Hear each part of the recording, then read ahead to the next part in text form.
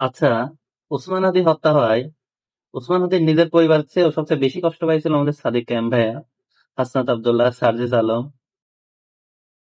আর জুমা আপুর কথা কি বলবো, জুমা আপু তো তার কলিজা ছিঁড়ে দিতে চাইছিল।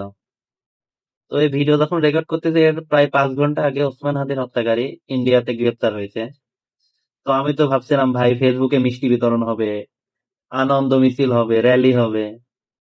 তো সাদিক কায়েম, হাসনাত আব্দুল্লাহ, নাসির উদ্দিন পাটোয়ারি, সার্জিস আলম, নাহিদ ইসলাম, সবার পেজে ভাই আমি 2-3 বার করে চেক দিছি, কারোর পেজে কোনো পোস্ট নাই, কিছু নাই।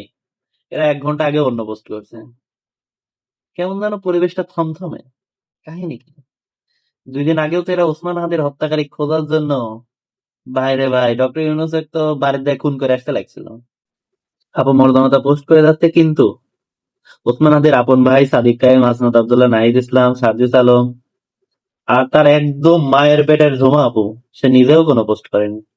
তারা কি খুশি না ওসমান হাদির হত্যাকারীকে ধরায়?